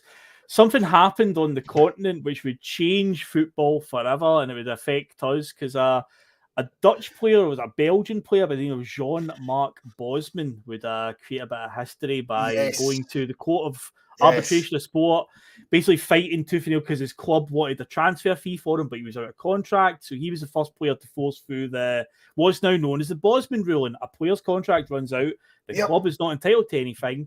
And of course, the first player that was affected by that, was around about that time, was John Collins, as Russell just dropped his can there. What are you drinking anyway, Russell? It's no wait, do you see that? Like, oh, aye. That looks mental. I don't advertise drugs, right? So, is that how strong it is? Look at that for a label. Yeah, that is quite mental. If you don't think that's going to fucking drive me nuts, then nothing. The devil juice, indeed. It's called Screaming Devil, actually. Screaming Devil. Wow. But they're not sponsoring us, so don't promote it too much. Okay, I won't then. We won't mention it anymore. But yeah, obviously I've seen a few people in the comments say that, no forgiving him for it. But that's because he was a good player. He left, that's why, you look back on it and go, I've never forgiven him. Because he was a great player. We were gutted to lose him for nothing. Did he owe Celtic anything? I mean, he gave them 5 or 6 years. He didn't. Where he barely was winning trophies, but he was doing everything in his power to try and win his trophies. But it wasn't his fault that, the rest of the team were pretty rubbish at the best of times. But, I mean, if he had said we had got a transfer fee for him, we would definitely recouped our money, I think, on him, no doubt about it, because, again, the proof is in the pudding. Look what he went on to do after that. Why is Collins offensive? But every other player that leaves Celtic is, they did, well done, thanks, Good point, actually. Collins left a shithole of a Celtic team for greatness. Yeah. Other Celtic players leave a brilliant domestic Celtic team for mediocrity. Call it greatness. They all end up odds and Edwards, Crystal Palace, I rest my case. Ryan Christie, Bournemouth. Like, do you know what I mean? Do you know what I mean, Phil? Like, that is not what John Collins left for. Nope. No, he went to Monaco and ends up in the Champions League semi-finals. Fair to me. Absolutely fair. By the way, just a quick question on the Monaco thing. You go on. Oh, no. I've just realised, I've just answered it in my own head. Arsene Wenger went to Arsenal from a Japanese team, didn't he? But he was the Monaco manager shortly before that. Because in my head, I had this idea, was Arsene Wenger the Monaco manager when Collins joined? No, it wasn't. He was in Japan, wasn't he? But he was Monaco before that. But I've got a mad feeling. I don't know if Collins is part of the team, but I'm sure St Johnstone drew 3-3 with Monaco in the UEFA Cup. They did play them in the UEFA Cup. Yeah, no, drew 3-3 at McDermott Park. They definitely did. I think 2-0 when that was playing, mate. Oh, wow. Wow. Like, they definitely played them. Definitely. St Johnstone. Find out. You've got the gear, mate. Find it. I'll find it. St Johnstone, I'm sure St Johnstone drew 3-3 with Monaco at home. So Monaco. The 99-2000 UEFA Cup. Let's have a look. Oh, wow. Go on. St Johnstone 3, Monaco 3. September 30th, 1999. What the fuck are we talking about? Do you know what I mean? Oh, wow. Oh, mate. Oh, my God. Right. Let's go. Okay, the Monaco goal scorers. Dado Prusso, 9th minute. John Arne Risa scored one of Monaco's goals that night. And the third goal by Monaco was scored by a guy named Sylvan Legwinski. As for St Johnstone's goals, Nick Dazovic scored one of them. John O'Neill scored one. And the other one was an own goal by Philippe Leonard. Now, was John Collins in the team? I think he might have left by that point. But, but who cares? But Dado Prusso and John Arne Risa were playing for that Monaco team. Off. Yeah. Wow. Fuck off. That's astounding, man. Wow. There's Paul Miller saying that Sandy Clark was St Johnstone's manager at that point. Nobody cared, mate. Fair enough, Paul. Aye. Zaggy left. I think he was at Everton at that or point, Fulham. Walter Smith has signed John Collins. Aye. Walter Smith, who has Celtic's number for a decade, it goes, Kenny was good. Collins was good. Let's get Collins to Everton. I bet he was the highest paid player there by a mile. I bet you that. And then Collins drops the league down at 33 because his ex-teammate Jean Tigana, who was France's 82 Euro winner. He's the manager of Fulham at that point, and he goes, "Just you help the wee kids come along." And Collins ends up winning the Division 1 Player of the Year, not Fulham's Player of the Year, Division 1 Player of the Year. Well, I've got Monaco's team. The season that Collins signed, here's some of the players that he played. Go on. I love this shit. Fabian Barthez was in goal. Do you remember Patrick Blondeau and Gilles Gramonde? Do you remember they two? Gilles Gramonde, I remember. Yeah, Sylvain Legwinski, Frank Dumas, Emmanuel Petit, Sonny Anderson, Victor Ikpiba, a Nigerian striker. Fucking hell, yes. Thierry Henry was there, Philip Leonard, Bruno Clement, Vincenzo Schifo, he was a Belgian international, I remember him. Trezeguet, he was in the team. Oh man, yeah. Salif Diao, who would go on to play for the World Cup in 2002. Senegal. Yes. Yep, he's in the team. I know he's in that Monaco side. Wow, some serious players in that team anyway. And yeah, he was slotting right in there with them. No problem Collins at all. Has no problem in that company. Yeah, no problem. That's the reality. Aye. The reality is he belonged in that company. He did. Whether we like it or not, and folk think Collins is distasteful, by the way. Fuck, it's their problem. It's their problem, not a Collins problem. Who would you listen to punditry wise? Kevin Thompson or John Collins? John Collins every day of the week, and that's not even Thompson plays for Rangers. Who first? Collins is. Who would get asked first? Collins, because again he's got the CV. Who would get asked first by BBC though? Well, by BBC. Kevin Thompson. Kevin Thompson would. Kenny McIntyre would be like on the phone to old Kev. He's a nice guy. Get him on. But mate, we look at John Collins. Like you listen to the way he talks, how articulate he is. He's got the credit in the bank with where he's played and what he's done. It's like you'd rather listen to this guy or the guy who was a Celtic Hearts manager. Who would you rather listen to? Come on now. You're better than that. He's distasteful because he knows too much. He was too bright. For that Hibs lot, that motley crew of Hibs players had all the ability, but not the mindset. And all Collins was guilty of was trying to educate them. He was. And he becomes a wanker for that. Fuck them. Exactly. So, no, but yes, he wins a trophy with them. They were probably not saying that about him on the day that he managed to lead them to a trophy. So, there is that. But yeah, going back to like Collins and Celtic, one thing that him and McStay sadly, unfortunately, suffered during their time in that bleak 90s spell, obviously European football was just like hard. I mean, Celtic didn't even qualify for Europe a lot of the times, but the two of them did score on probably the one European highlight that we had during the early 90s. I don't know if you've ever seen the footage of this game. We beat FC Cologne. You ever seen that one, Russell? We were 2-0 down for the first leg in Germany and came back and beat them 3-0 at Celtic Park. John Collins, I believe McStay and Jerry Craney all scored that night. But yeah, that was literally the highlight of the European stuff that Celtic did in the 90s. It was quite a grim time. They never got to European football after Christmas. That was always something that was hard for the club to achieve. So that was something that sadly was went along with them at that time. But yeah, without a shadow of a doubt, though, during that era, they two are by far and away the sort of shining lights and a really, really dim squad. So, is it Calmac and Bruni, or is it McStay and Collins? I would go with McStay and Collins. Yeah, the trophies coming out of the pockets of Bruni and McGregor completely defy that argument. Eh? Well, again, you've got to take it in context. They do the way. I know what you mean. That's such a right argument. Yeah. Oh, don't get it wrong. I mean, Calmac and Bruni are phenomenal players in their own right as well. And it's all different generations. I think it's a brilliant debate. It does make for a good debate. I think it's a good debate. I think it's a good debate. I think it's one that You need to chill. Like, when you think about that.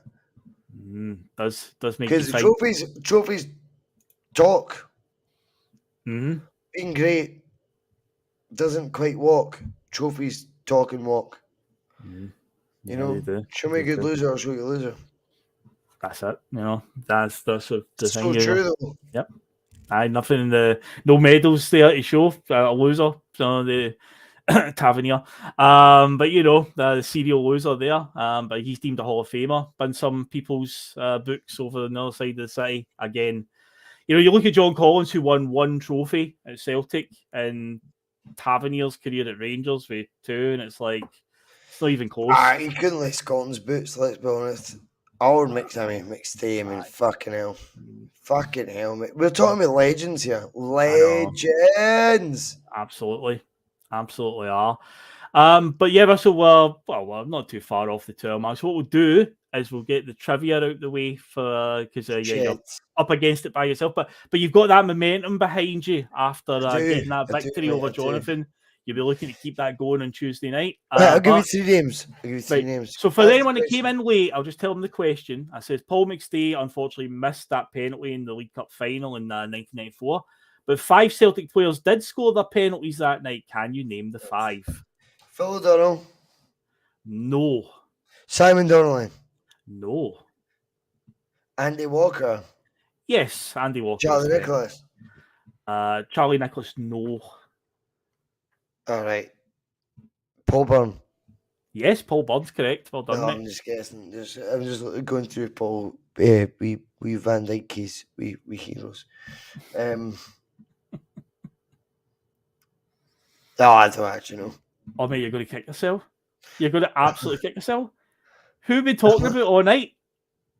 Collins, of course. Who would score a penalty? John Collins. He scored 1. Of course he did. Of course. The other 2 are a bit harder, to be fair. Again, you'd have to just think back to that squad. You were kind of close with Phil O'Donnell. David Hanna.